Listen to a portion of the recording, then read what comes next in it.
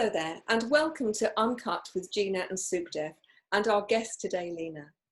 We're very pleased to have you, and I'm going to dive straight in and say to Lena, what would you like to get out of today?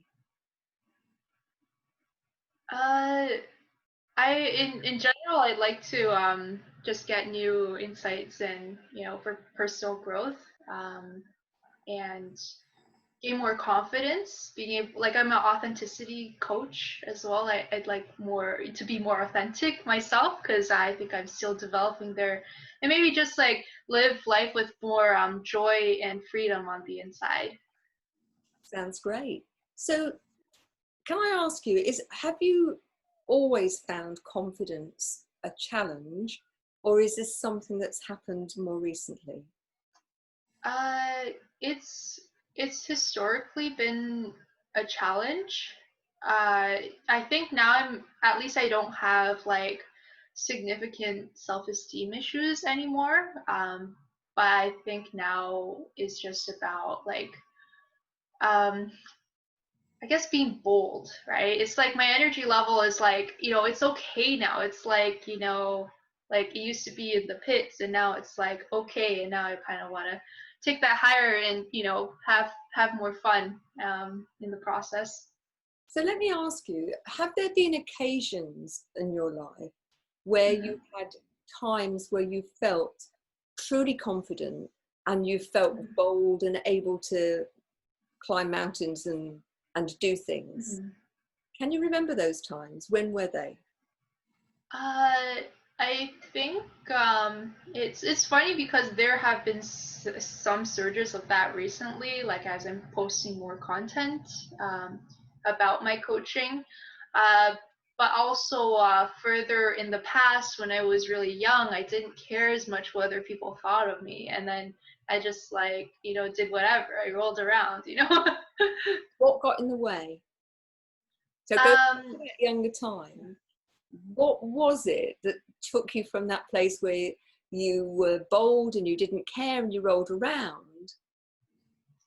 What got uh, yeah. So I I started getting addicted to computer games, and my family wasn't really proud of that. And they say, like I shouldn't waste time, and then I'm a little bit spoiled, and I need to like go out and like get my stuff done, and then for some reason I was the kind of kid who'd like really take that to heart and play that voice in my head over and over again, even if they didn't mean for that to be, How old you were you? know. I was, when they said that, it could have been as early as 6 years old, and then, over several years, all the way till my, teenage years, and I'd feel so frustrated because I, couldn't stop playing games on my own, or, couldn't stop, using the internet, when I really wanted to be doing something else. So, yeah, And I think it's a problem that it's quite a modern problem, but it's it a is a problem modern problem. for many, many people. And one of the Yeah. things I'd like to ask you, and you may not know, Mhm. often that addiction to being on your own and being with computer games is that it's an escape from something else that's going on. Mhm. So at that sort of time, can you remember what was going on at school and in the family that made computer games a great escape for you? Well, I would say like my family is Asian, so they do have like high standards, and they want me to like there's this sort of like this expectation to be good at everything, right? Mhm. The best at everything, excellent at everything, and I think that created like this perfectionism within me. And but besides that, I would say like I had this bad habit of comparing myself with other great, with not other, with great successful people that I would see on the internet or on TV, and those people are like maybe the top 0.1% of people, and they've spent years working at their craft, but I still had this habit of comparing myself with all these other, talented people, and then, I'd be sad because I'm not a great person because I'm still addicted to computer games and still in some kind of fantasy world. And I just had a lot of anxiety, I guess, social anxiety as well. I didn't feel connected with family. Like, because I also was comparing myself to them too, right? It's like, oh, they worked so hard, they immigrated to Canada, they did so much for me, and yet here I am repaying them by playing computer games without working that hard, as hard as I should have. There were a lot of shoulds in my childhood. Culturally, coming from a family that have moved to Canada and have high expectations of you, okay, that you have unreasonably high expectations of yourself because you are comparing yourself not with people of your own age and your own experience, but you're comparing yourself with the top 1%. There's a huge virus, not just the pandemic, it's called comparisonitis. Yes. And it's deadly. But we do it. We compare ourselves to air-blown pictures and to people who are so much more experienced than us and expect ourselves to be able to compete on an equal footing. So if let's say you're coaching someone and you're an authenticity coach, you're coaching someone, okay, imagine they're me. And they're telling you that, all of this pressure at a young age of living up to parents' expectations, living up to the expectations of being in the top 1%, what would you say to them in terms of how that should be and how they might deal with that? I would say that everyone has strengths and weaknesses, and it's not fair to compare yourself with everyone and expect to be the best in everything, because it does take time and effort to practice those skills and get to where they want to be. So and then I would also address like that lack mentality too, like it's like, oh, I'm not them, I'm not on stage, I'm not like making some monstrous enormous impact in the world, so I'm not good enough, right? Like, addressing that, it's like, do you have to be one of them? How can we be okay just being a normal person for now? Well, like, maybe who's not perfect, but none of us are perfect, right? So like, we all make trade-offs to get to a state of greatness, right? Lots of people are great performers, but they may have sacrificed like time with family. They may have sacrificed, their health, right? Like you don't know. So yeah, that's what I would address with them.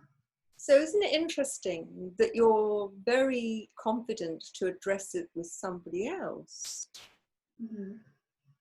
But how about you? Because if the same rules apply for other people, shouldn't they apply to you as well? Or wouldn't it be a good idea for them to apply to you as well? Yeah, it would.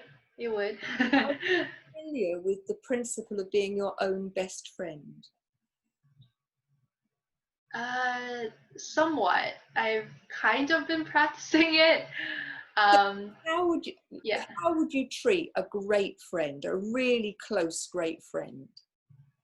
I'd encourage them a lot, right? I'd be like, hey, you're awesome, don't be shy, put yourself out there, like and all of that, and then listen to them and I validate them, and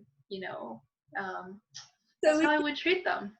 Is it not time then to actually choose to become your own best friend and treat yourself no better than you treat your great friends, but no worse?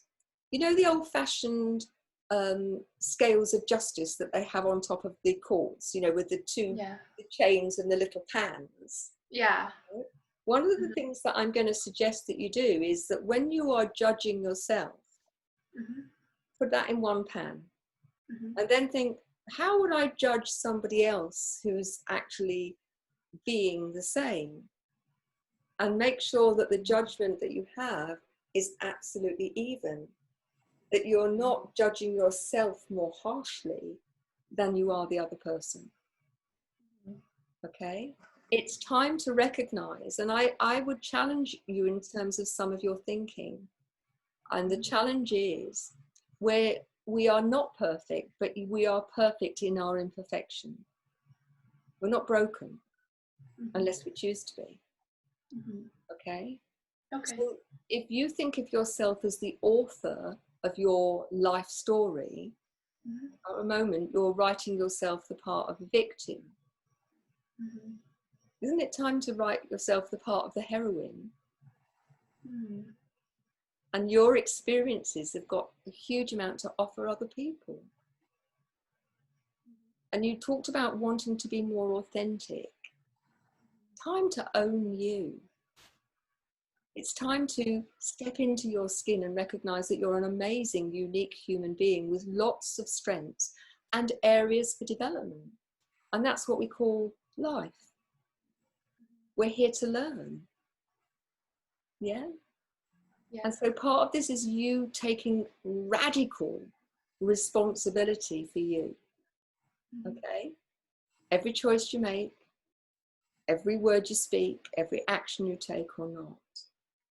Yeah, you've been given quite a heavy load culturally, family, society, but ultimately you're here. You're a survivor. You've got lots to offer, but you've got to own it. How does that feel when I say that to you? I honestly feel a bit of fear when you're saying that, because I know like that's what somewhere in me that's what I'm meant to be. But what comes up is like fear of conflict, right? Let's say, you know, I talk more, let's say with my mom about, you know, being a coach and doing my coaching business and trying to, you know, bring her over to my side and, you know, actually be a supporter, like that kind of stuff. Honestly, like, you know, terrifies me to a certain level, right? Like I tend not to really share what I'm doing with the people who are, you know, they're So like. can I ask you, I get the sense that your parents don't approve or they want you to do something different? My mom would prefer me to take on a full-time job, yes. My dad is pretty chill, but he also has, you know, he has this background thought that I am gonna fail, and very, And very badly. that's significant to manage, okay? That somebody actually thinks you're going to fail. What's the one, there is one absolutely surefire way of turning them round. What's that?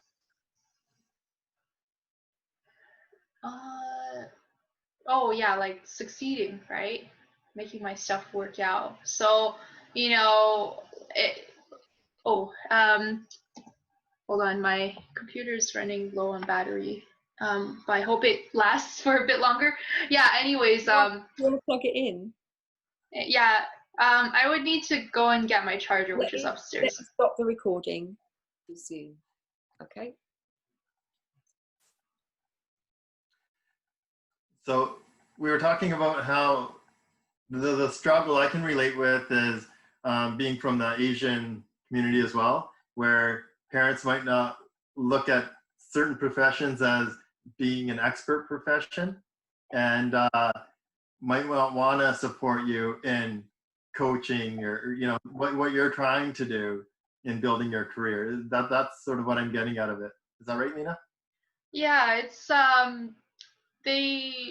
they have like they feel that I should be more practical and I need to have more of like a guaranteed defined path of income because it's going to be like a longer journey. It's not going to be, you know, a success within 1 or 2 years. That's what they, you know, a lot of them really think. But yeah, I've made my choice. What do you think their motivation is? Their motivation? What do you think your parents' motivation is? Yeah. Both. Yeah, they're trying to protect me. They're trying to protect me. They want me to be safe and well, and you know.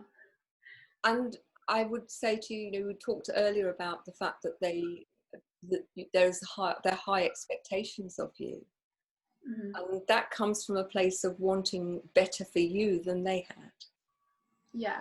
Doesn't it? They want me to be independent, and you know that, you know, those high standards, I guess, you know, like they still seep through into my life, right? It's like, you know, when I'm recording a video, for instance, I'll do like, you know, record it like 30 more times, and then I still sometimes won't be satisfied. Or, you know, like I edit myself out when I'm in a group. You know, it's supposed to be a fun hangout group where people get to talk about things, but then I have this I think this limiting belief, which is like children should be seen and not heard, right? So, you know, it's like, you know, if I'm putting myself out there and my problems and my passions and, you know, like what I'm all about, I'm afraid that people will think, you know, who does this girl think she is? You know, she's like all braggy and, you know, everything. So Yeah. So forget about what other people think you are. Who do you think you are? Same thing. Yeah, okay, who do I think I am? At my core, I am raw and honest. I have a lot of courage, and I've chosen to switch to this new path. And I stand for others to also do that as well, if this is something they want. I want to support other people in switching into their authentic careers and making things work out in a brave way. And I'm still, you know, honestly still figuring out how to do that for myself, if I'm telling the truth. So what I would say to you is that if you're being genuinely, authentically who you are, right, who you're meant to be, then you are an incredibly powerful human being, right? The only thing that gets in the way of that is the belief that you have is that you don't measure up, that you're not enough. Or I can't do it. Yeah. That you have chosen to be an authenticity coach, and learning to be authentically and stepping into your genuine power, being able to use your example for other people is incredibly important. But you've got to walk your talk. Yeah. And it's not a straight line, is it? There are days when you feel you can and days when you can't. Yeah. But ultimately, it's about how do you demonstrate to your clients how you are being authentic and how you have dealt with the struggle. And if you can do that, and you can do that consistently, then you will be a great coach and you will be very successful at every level. The only thing that gets in the way, and it's a bit like a net curtain, it doesn't have to be a solid wall. The only thing that's got to shift is your belief in who you are. You're enough. It's not about what your parents think. It's not about what other people think. It's what you think. And I'm going to challenge you, because I think you make them the excuse, when the real work is about how you believe about you. I think, you know, even more than what they think, I think I stand in my own way, right? Like, it's like, you know, I nitpick at things I do, and then I don't release them. Or, you know, I'm just like afraid that that older version of me is like not really me, and I don't live up to that standard that I have for myself. It's not them. It's not exactly them now. It's like me. It's like me. Are you prepared to give yourself permission to let all of that rubbish go? And actually, let me give you I think at the moment that you're like a caterpillar, all right, who's bumbling about on the ground trying to find the right leaves. Okay, but you're destined to be a butterfly and fly and see the world from a different perspective. Okay, are you ready to do it? Yeah. Okay. So you're going to give yourself permission to do it.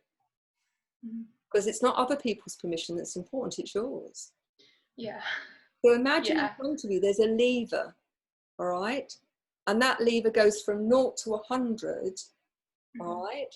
Where are you on the permission stakes? 100 means absolutely give myself permission. I'm going to step into my power. I'm going to get on with it. I'm going to prove to my parents that I can be successful. I'm going to show my clients that I've been on this journey. And one is, where are you? I'm 50. Okay. I'm halfway there, I'd say. So I want you to imagine, close your eyes, all right? I want you to take a nice deep breath and just let go. And I want you to imagine yourself pushing that lever to 100% and locking it in. And tell me when you've done it.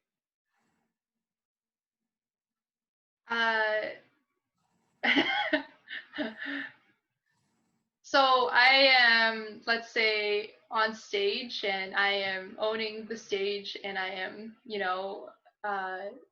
just saying what's on my mind, like without a filter, because I have such a strong filter, right? But like it could be a group call too, and I'd be saying what's on my mind. I'd have this desire to connect. Yeah. I'm going to stop you. Yeah. Where did you get up to on the permission state? Maybe 80, 75. Let's say 75. But okay, before we go anywhere, how about giving yourself permission that you can own being the powerful version of you wherever? How ready are you to let go of all of the old rubbish, because it is rubbish, and step into being the best version of you? And the best version of you now, because we grow. Tomorrow you'll be the best version even more, and so on. It grows and grows. You don't have to be the perfect article, but be prepared to step into the best version of you now. Are you ready to go to 100?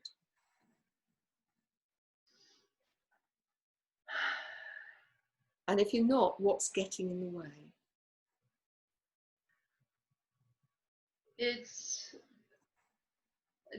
just as an example, right? It's like I'm in a group and I've run out, like I don't have any conversation topics in my mind, and there's a silence, and I really want to say something and, bring more conversation, and I don't know what to say. It all seems dumb, right? Like, yeah, but if I were to be that 100%, I just, even ask, like, what do you guys want to talk about? Or, I think of something that happened today and just share it. Like, it could be anything at this point.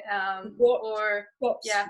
Giving yourself permission to be in that place where, because what you're talking about in reality is techniques. Techniques in terms of how to deal in social situations, and those are easy to learn. But they're easy to learn when you're giving yourself permission to let go of not being enough, and let go of the history of all the times when you found it difficult. I can say that I let it go right now, except what it feels like is just like, I'm letting maybe the ocean wash some of the muck away. Okay. And it's like maybe slowly starting to drop away. That's what the experience is like for me. So let me give you some techniques to use, all right, okay. in those situations. And the first is that before you go in, you need to do your preparation, all right? If you're going into a situation that previously you found stressful, the first thing you need to do is to ground yourself. Do you know how to ground yourself? How do I ground myself? Is it deep breaths or something? Well, being grounded means that we really have a connection with the earth, that we feel very balanced. And one of the problems with social anxiety is there's a number of things that happen that we're not grounded, and so we don't feel well balanced. We breathe very shallowly, and physiologically what happens is that the balance between oxygen and carbon dioxide gets slightly out of kilter.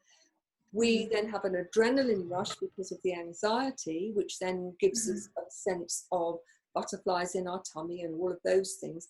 And they're all of the mechanisms that we use to escape from marauding clans and wild animals where we were cavemen and women.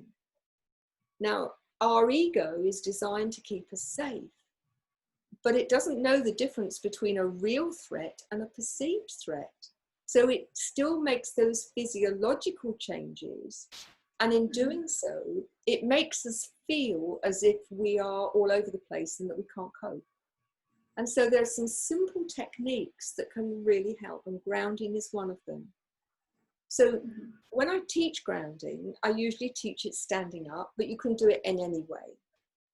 But it's really good to take 4 puff breaths. And in the breathing, what we do is we balance oxygen and carbon dioxide, and we just center ourselves. So it's taking a big breath down through your nose, and imagine breathing right the way down to your knees, and then just let it out gently to the point where there's none of the old oxygen left in, or air left in your lungs. And you do that 4 times. Just breathe in to the count of 4 or 5 and breathe out. And breathe in and breathe out. And what we do in that way is we just get ourselves centered. And then you can imagine yourself as a tree and your roots going down into the earth and taking hold of the crystals in the middle of the earth. And just like an oak tree, if I were to come and push you, I couldn't make you move. Now we can walk, we can run, we can dance, but that sense of being solid and centered is a really good way to go into any social situation, okay?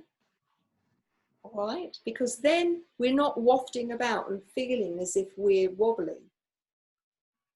And one of the techniques that's been incredibly successful with hundreds of clients that I've used is stop focusing on you and start focusing on making the other people feel comfortable.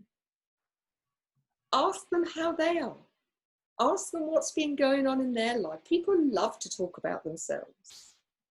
And what you do is you take the pressure off you and you make them feel valued. So it's a double whammy. Does that make sense?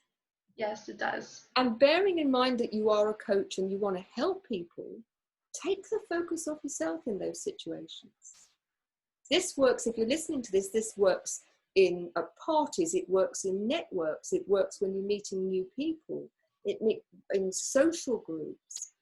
We all get nervous when we're in new situations, but actually it's because it's unfamiliar. So step out of your comfort zone because it's actually working as a straitjacket. Focus on the other person. And the other thing I would say before I hand over to Sukhdev is I would say to you, fake it till you make it. To start with, it will feel a bit unfamiliar, a bit like wearing a new pair of shoes that rub a bit. But the more you do it, the easier it will get. And if you recognize that you have the capacity to help other people by doing this, I think you'll find it so much easier. All right. How does that feel? Thank you. That feels much better. Sukhdev, sorry, once again, I'm hogging the situation. No, it's okay. No, that was awesome advice. That's really good. Yeah, I do like breathing exercises every day, twice a day, and I use Wim Hof method. So if you get a chance, you can jump onto YouTube, and it's really good. It's really good for like deep breathing, and yeah, you'll just an amazing guy. He's won like so many, he's created so many like world records, or broken so many world records. So definitely look that up if you get a chance. I want to jump back to the sort of near the beginning when you're talking about confidence in your personal growth and in like generally, and like being addicted to video games. Are you still addicted to the video games? No. Although now it's like sometimes I get addicted to food. Like I've been trying to cut my food addiction and it's working for the past week or so, but every week it's different. Yeah. So, and then the other question I had was, do you have brothers and sisters as well? I have a sister, a younger Okay, sister. younger sister. Mm-hmm. So I'm trying to relate, like, who were you competitive with in the early years? That's a really good question. Uh, well, maybe my peers, maybe. But there wasn't like anybody who made me competitive. It's just sort of like a competitive edge I developed because I felt powerful when I was good at math or spelling. And I do remember once putting a kid down for spelling the word time wrong, and that was not good. But it was like I had a bit of an ego, right? And I tried to like, keep it all nice and everything. Maybe this is still happening actually, try to Yeah. preserve my ego and, try to look strong and everything when, I'm not really, but Yeah. at the same time, like faking it till I make it, Yeah. no. Yeah. So you wanted to look strong. What makes you feel strong? What makes me feel strong is when you know, when I speak up about something, when I do try to get a point across, like in topics that are sometimes controversial, right? Uh, like the other day I was on Facebook. I had posted this. It just relayed an inspiring message about how how people who do persist on the career they want, um, they do end up making it. Because I was, hearing this from like a life purpose coach certification, it gave me a lot of hope, and I want to share it with the Asian community. But right away, after that, I saw so many comments. There was like, they were really skeptical. They're like, wait, are you trying to mislead us or something, and self promote or something? And but what they also said is like, not everyone makes it, right? Like, they had a lot of contradictory evidence. Um, and then, what I really, was thinking is that, hey, like, does it serve you to believe that, people don't make it in the end? Like, does that actually serve you, and who are you surrounding yourself with? Are they the people who are giving up, or are they the people who are like Michael Jordan and they charge forward all the way to the end, right? Yeah. So I want to say things like that, but yeah, that would be, if I had said that, I think I would feel truly like, strong. Like I would be taking a stand for something, for a new kind of belief, right, in the Asian Right. community.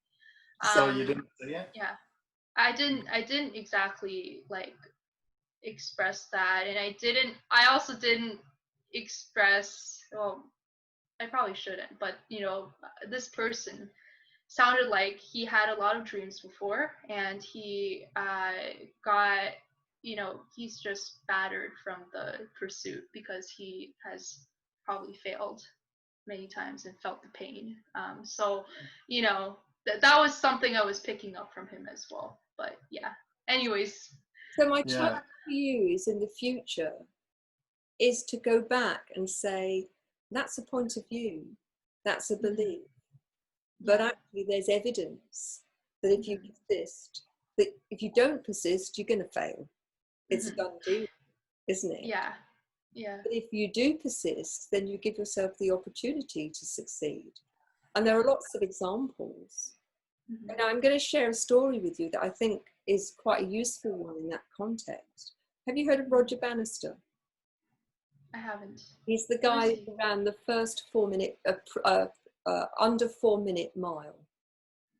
And the medics at that time said if he ran that fast, he would die because he wouldn't be able to get enough oxygen. Okay? And if you look at the footage of that race, there are doctors in white coats with oxygen bottles waiting to try and resuscitate, but they thought that there would be no hope. What I find amazing is not only did he run that race, but within 30 days, over 30 people had also done a sub 4-minute mile. Why? Because they believed it possible. If you believe you'll fail, done deal. If you fear you'll fail, you'll make very different decisions than if you know you'll succeed. You don't have to know how you're going to succeed, and most people who've been very successful have failed a lot along the way, but they've seen that failure as development. So the only real failures is failure to try and failure to learn when things don't go to plan. Mm-hmm. So when that comes up again, you've now got some prepared ammunition to go back and say, that's your belief and you're entitled to it. I'm not making you wrong. I just want to offer you this as an alternative, and which is more empowering. Mm-hmm. Yeah? Yeah. Because it isn't about being right and wrong. And being a coach, you can only offer. If people aren't ready to listen, Mm-hmm. all right, they're not going to listen, but you can offer it. Sorry, Sukhdev, I interrupted you again. Oh, that's okay. No, that was good. Good wording. Yeah, and so speaking that way makes you feel strong and proving a point. Mm-hmm. Is that what it is? It was more that, also it was, what I wanted to say was kind of out of self-protection as well, because he was accusing me of trying to like promote myself and trying to sell some people on things, subtly sell people on coaching that is not going to provide them any value, right? And he accused me of having that intention, right? So I did have like a retort to that, right? But I don't think they're gonna listen. But anyways, like, if honestly, like, if you want there to be more people who in this world who help you, they need to be paid for it as well. And what is wrong with that, right? That would have been another thing I would have said to stand up for myself. But I kind of just let it go. I'm like, I kind of didn't. If they think it's for them, they'll go and buy it. Like they'll go into Sainsbury's or into a shop, and they will go and buy a bottle of wine or a box of chocolates or a loaf of bread. You're giving people the option. You're not forcing them. Yeah, I'm not forcing them. That's what I did say that to the guy in the comment. I was like, if people don't see value in it, are they gonna buy my coaching, right? They have the power to choose, right? Yeah. Absolutely. Yeah. So you did speak up about it. A little bit, yeah. I didn't put it to 100%, but I did speak up a little bit. But I won't lie, like when I first read his comments, I felt shame and I felt disempowerment, and I started questioning and doubting myself. And where was this posted? This was posted like 2 days ago. Where? In the it was posted on like Asian networking group on Facebook.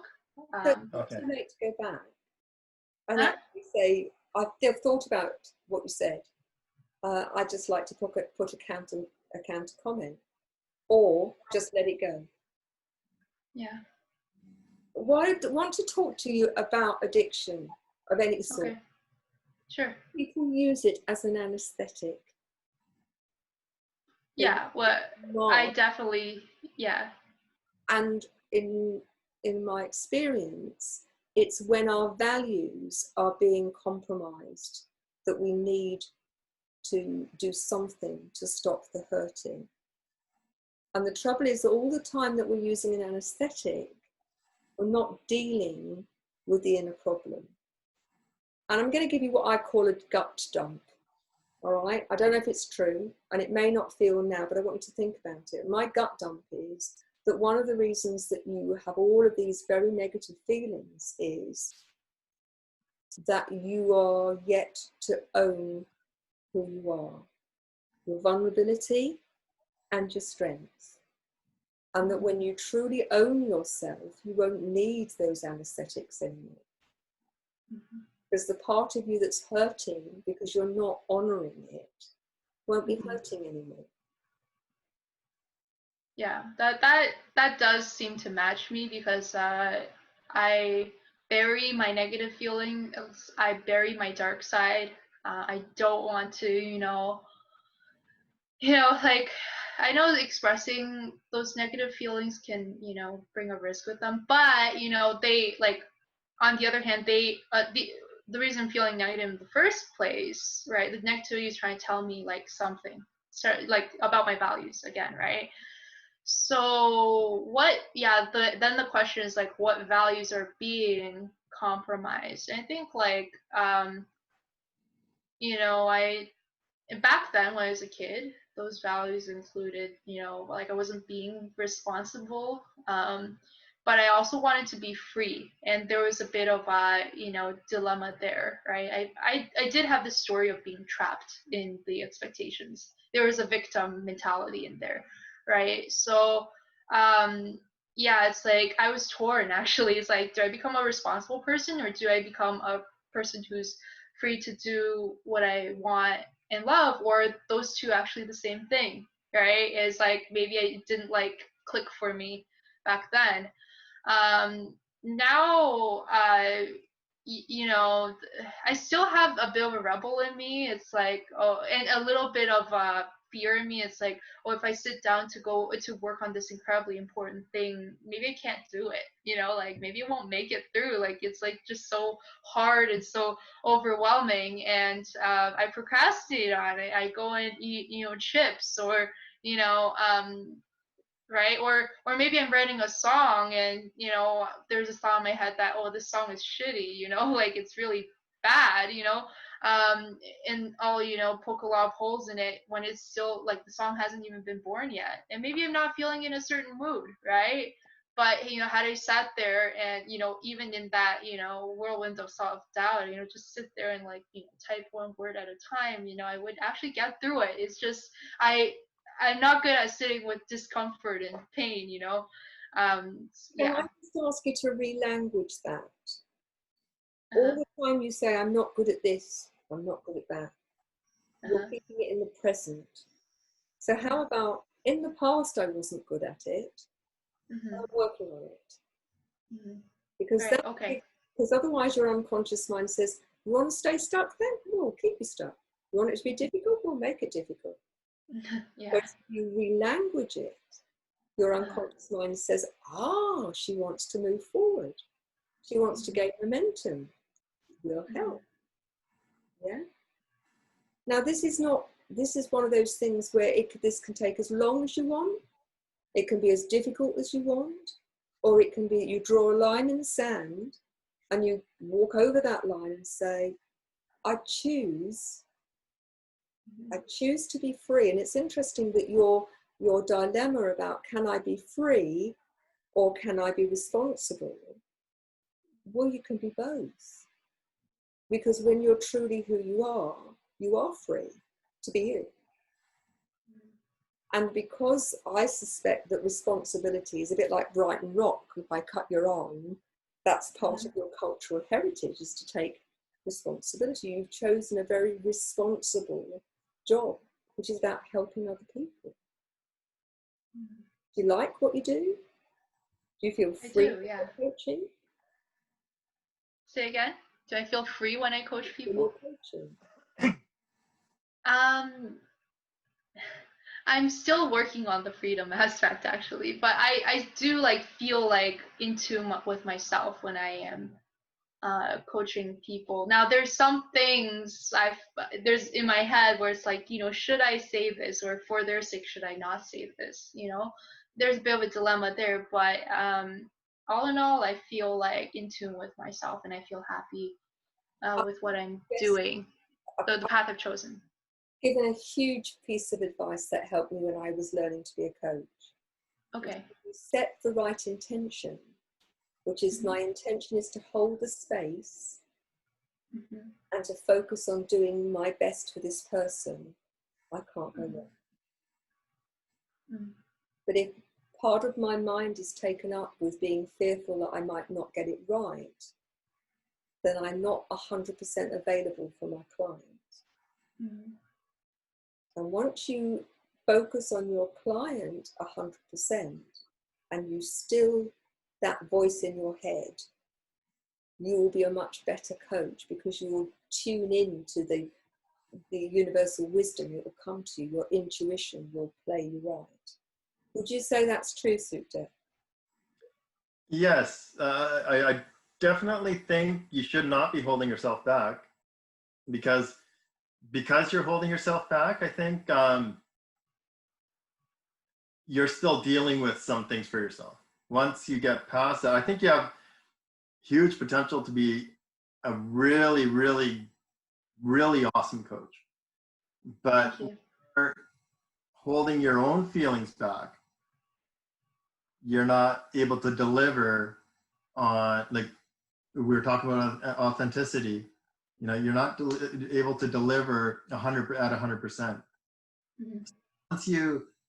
Once you can let go of the things that are not really useful in your life, and just filter it out with what is powerful for you and what is not, and go with the things that are powerful and are going to help you become who you want to become.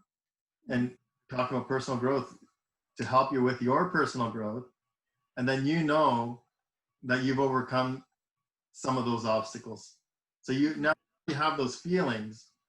The feelings you're always going to have, but you use those feelings to help others because you've been there and you've overcome it. That's the most powerful message that you can give anybody, isn't it? Been there, understand, really have empathy, but you don't have to stay stuck there. And I'm proof. Yeah, in a way, I think like every client is like almost like also a growth journey for ourselves too. It's like, you know, that, yeah, it's like, you know, again, I'm going back to that place where it was before, but this time in the shoes of a different person, and then lifting them up from there. It's like a different challenge each time. It is indeed. And you know, you are, I don't know how old you are. How old are you? 24. You have your whole life ahead of you. This is a journey, and you know, in 10, 20, 30, 40, 50, 60 years time, you will still be learning. If you're going to be a great coach, you never stop learning. Yeah. And what you know now and how you are now and how you'll be in 6 months' time will be different. So, this is the truth of today. But ultimately, we're all learning. We're all on that path. You've got a lot to offer. You just need to get out of your own way. Where do you want to be in 6 months from today? I want to be making money. You know, I want to have, let's say at least 5 paid clients, paying clients. You know, each at like $2,000 packages, right? So, you know, be at that level, and also starting to make sales with my online courses. I'll say one course for now. Yeah, that's where I want to be. Yeah, well, that's good. So you have some goals of where you want to go. You have a direction. Yeah. And I want you to chunk down like little steps you can do to get there. Whatever it looks like to you. And that's not like holding on to the negative stuff. Be competitive, but be competitive with yourself. And you know, when you compare yourself, don't compare yourself to others, but where coaches are doing, how far they've gone. Compare yourself to where you are today and where you're tomorrow and then next week. And then look back and you'll see, you'll be like, holy crap, this is happening for me now. I remember I didn't have this. Compare yourself to yourself and you'll get there. And I would just add to that, to do the inner work for you, all right? That is also preparing you to do the work with other people. That stepping into your authenticity and rather than making it about money, making it about service, and the money will come. Because if you're giving great service and you are able to demonstrate the value that you offer, then the profitability, the wealth will come alongside that. But if you make the focus on the money rather than on the value, then I think you'll find that you'll get a very different result. Yes. Okay. Yes. Thanks for reminding me. Yeah. So we're going to finish the formal part of the show, but we'd like you to hold on because we've got a question to ask you in a moment. So Sure. I'd like to say a huge thank you, and I hope that you found it useful, and to say thank you to Sukhdev as well, but thank you very much for being on the show.